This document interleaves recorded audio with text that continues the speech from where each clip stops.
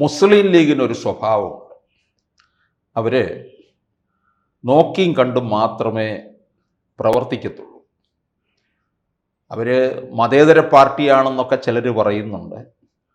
ആ പാർട്ടിക്ക് മതേതര പൊയ്മുഖമാണ് ഉള്ളതെന്ന് നമ്മുടെ വെള്ളാപ്പള്ളി മുതലാളിയും പറയുന്നുണ്ട്. വ്യത്യസ്ത അഭിപ്രായങ്ങളൊക്കെ ഇങ്ങനെ പറയുന്നുണ്ട്. ചത്ത കുതിര എന്നൊക്കെ പറഞ്ഞത് ജവഹർലാൽ നെഹ്റുവാണ്. അധികാരത്തിൽ വരുന്നതിന് ഏത് ചെകുത്താനുമായി കൂട്ടുകൂടാമെന്ന് പറഞ്ഞത് EMSുമാണ്. അപ്പം മുസ്ലിം ലീഗ് എന്ന് പറയുന്നത് കേരള രാഷ്ട്രീയത്തിൽ അങ്ങനെ തള്ളിക്കളയാവുന്ന ഒരു കക്ഷിയല്ല, വളരെ നിർണായകമാണ്. അവർ വളരെ ശക്തമായി നിൽക്കുന്നത് കൊണ്ടാണ് ഈ വടക്കൻ കേരളത്തിൽ നിന്ന് അല്ലെങ്കിൽ മലബാർ മേഖലയിൽ നിന്ന് കോൺഗ്രസ്സുകാർ കുറച്ചു പേരെങ്കിലും ജയിച്ച് നിയമസഭയിൽ എത്തുന്നത്. അത് കോൺഗ്രസ്സുകാർക്ക് അറിയാം. അതൊക്കെ കൊണ്ട് തന്നെയാണ് ലീഗിൻ്റെ പല തീരുമാനങ്ങൾക്കും ആവശ്യങ്ങൾക്കും കോൺഗ്രസ് വഴങ്ങിക്കൊടുക്കുന്നു. അതുകൊണ്ടൊക്കെ തന്നെ ലീഗ് അവിടെ എത്ര സീറ്റ് നിന്നാലും അതിൽ ഏതാണ്ടൊരു 96% സീറ്റും അവർ വിജയിച്ച് നിയമസഭയിൽ എത്തിക്കും. അവർ കഠിനാധ്വാനികളാണ്. 2 തവണയായിട്ട് അധികാരത്തിന് പുറത്ത് നിൽക്കുന്നത് കൊണ്ട് ഇനിയിപ്പോൾ അധികാരത്തിൽ വരണം എന്നുള്ള ഒരു വലിയ മത്സരബുദ്ധിയോടുകൂടിയാണ് നിൽക്കുന്നത്. കഴിഞ്ഞ ദിവസം ഈ PM ശ്രീ പദ്ധതിയുടെ കാര്യത്തിൽ മുസ്ലിം ലീഗിൻ്റെ സെക്രട്ടറി PMA സലാം കയറി പിണറായി വിജയനെ, കാരണഭൂതനെ വളരെ നിശിതമായിട്ട് വിമർശിച്ചു. ആണും പെണ്ണും കെട്ടവനായതുകൊണ്ടാണ് PM ശ്രീ പദ്ധതിയിൽ ഒപ്പിട്ടതെന്നായിരുന്നു സലാമിൻ്റെ പ്രസ്താവന. ഇത് നമുക്കറിയാം, ലീഗ് അത്രയും കടുത്ത വിമർശനത്തിലേക്കൊന്നും പോകുന്ന കക്ഷിയല്ല. ഇത് VD സതീശൻ പോലും ഇങ്ങനെ പറഞ്ഞിട്ടില്ല എന്നുള്ളതാണ്. അല്ലെങ്കിൽ കുഴൽനാടൻ പോലും പിണറായി വിജയനെതിരെ ഇങ്ങനെ പറഞ്ഞിട്ടില്ല, ആണും പെണ്ണും കെട്ടവനാണ് എന്ന്. പിണറായി വിജയന് ഇതൊക്കെ നോക്കി വച്ചിരിക്കുകയാണെന്നുള്ളത് ഇപ്പോൾ ലീഗിന് മനസ്സിലാകുന്നുണ്ട്.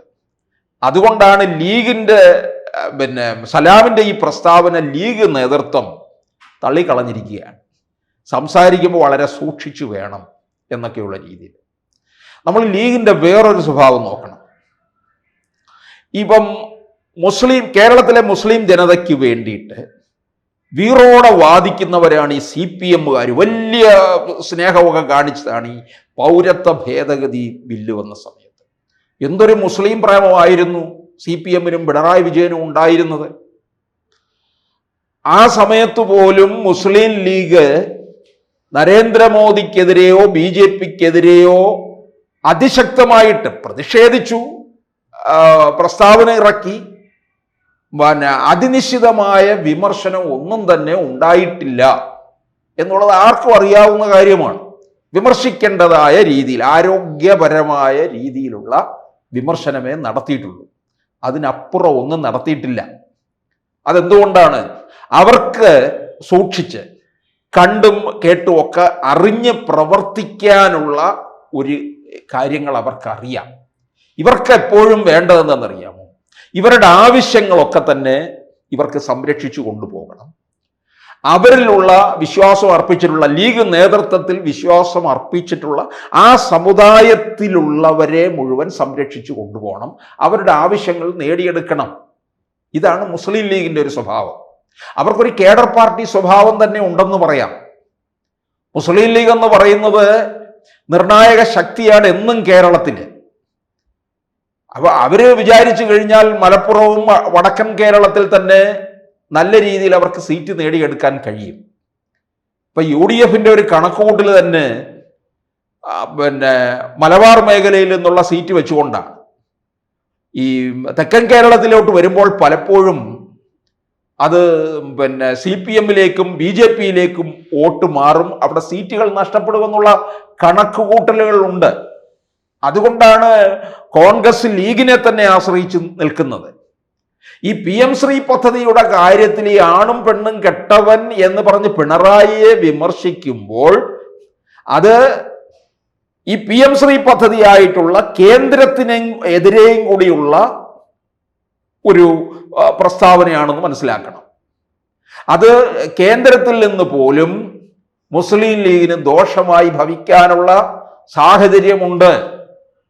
മുസ്ലിം ലീഗിൻ്റെ നേതാക്കന്മാർക്കറിയാം കേരളത്തിൽ അതിവിദൂരമല്ലാതെ തന്നെ BJPയുടെ ഭരണം ഉണ്ടാകും. അപ്പോൾ ഇപ്പോഴുള്ള കൂട്ടുകെട്ടുകളൊക്കെ മാറേണ്ടി വരും. മുസ്ലിം ലീഗുമായിട്ട് BJP കൂട്ടുകൂടിയാൽ എന്ത് സംഭവിക്കും? ആകാശം ഇടിഞ്ഞു വീഴും. ഇവിടെ സുഗമമായ ഭരണം തന്നെ നടക്കും. ഇപ്പൊ 2026 തന്നെ അങ്ങനെ എന്തെങ്കിലും ഒരു നീക്കുപോക്ക് ഉണ്ടായാൽ നമുക്കതിനെ അതിശയിക്കേണ്ട കാര്യമില്ല. അങ്ങനെയൊക്കെ സംഭവിക്കാം. ഇതൊക്കെ ലീഗ് കണക്ക് കൂട്ടുന്നുണ്ട്. ഈ ലീഗ് എന്തിനാ ഡൽഹിയിൽ അവർക്കൊരു ആസ്ഥാന മന്ദിരം പണിതത്?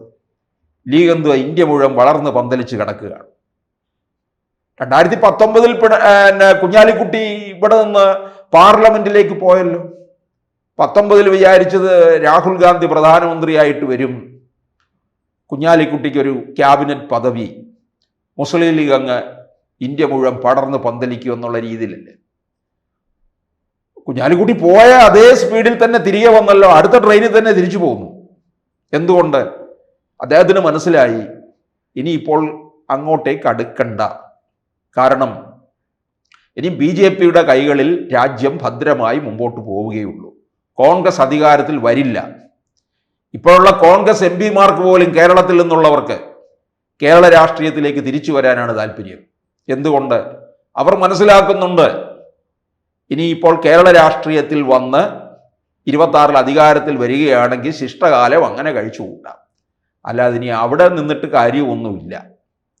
അവിടെ ഇനിയിപ്പോൾ BJPയുടെ ഭരണത്തിന് കീഴിലേ പോവുകയുള്ളൂ എന്ന്.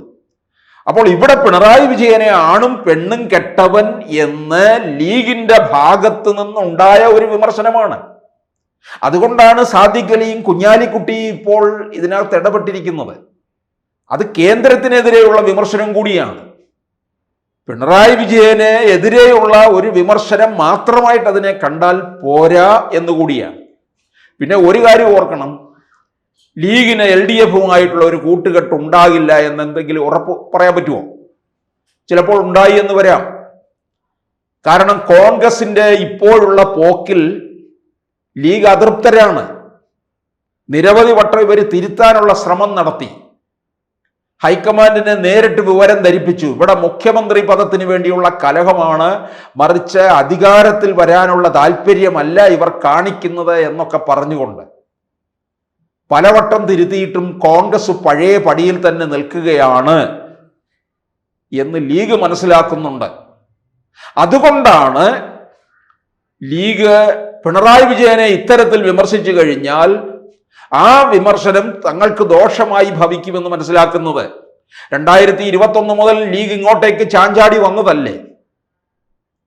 ഇടയ്ക്ക് സർക്കാരിനെതിരായിട്ടും പിണറായിക്കെതിരായിട്ടും പാർട്ടിക്കെതിരുമായിട്ടും അതിനിശ്ചിതമായ ഒരു തരംഗവും ഒരു പ്രതിഷേധവും ഒക്കെ ഉണ്ടായിക്കഴിഞ്ഞപ്പോഴാണല്ലോ ഇവരൊരു പിന്മാറ്റം നടത്തിയത്.